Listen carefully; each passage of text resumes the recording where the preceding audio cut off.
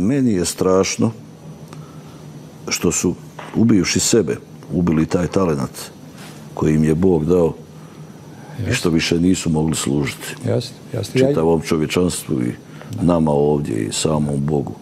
Ubiti nešto što ti je Bog dao, to je strašno. Sad oni nisu jedini tu. Pogledajte čovječanstvo, pogledajte svijet u kome živimo.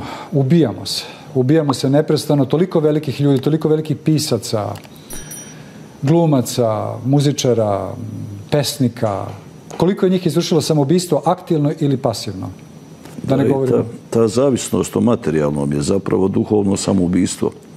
Tu se recimo pisci jako često izgube. Pa mnogi. Pogledajte samo političare. Politika je danas postala jedan veliki biznis. Samo može se dobro zaraditi. Da li oni zaista vode računa o narodu?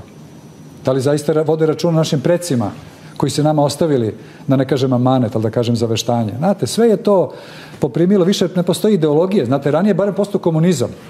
Neke ideologije su postale. Danas nema ideologije. Danas je konzumerizam samo. Samo znači u stomak i za ispod stomaka.